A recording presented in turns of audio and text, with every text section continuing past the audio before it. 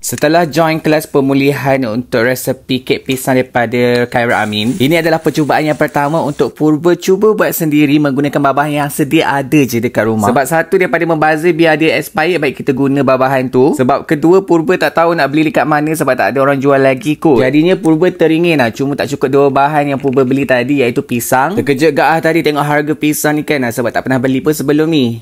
Kan letak dalam tu, itu je, simple je. Bahan dia campur-campur, campak-campak, gaulkan.